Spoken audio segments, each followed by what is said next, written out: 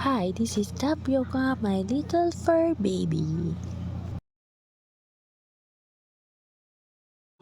Ito po yung start ng kanyang paglaban sa blood parasite at pneumococcosis.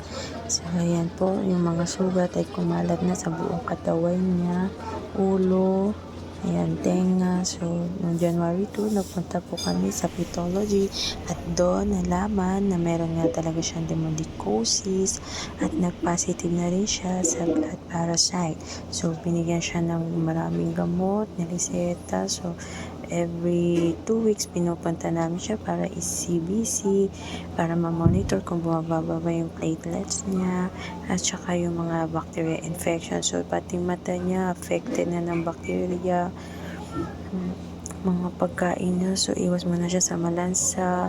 So yan yung mga gamot niya. So every natrabahay ako, chine-check ko yung blood temperature niya kasi tumataas at bumababa. So ayan.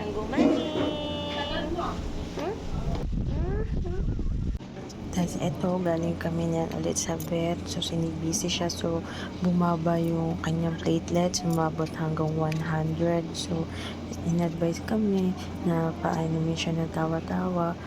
Kung wala kaming tawa-tawa nakuha that time, so sabi ni Doc ay papaya daw. So, dinikdik namin yung papaya at kinuha yung katas nun. Then, after that, wow, so effective talaga. Masigla na si Tapioca. Ayan o.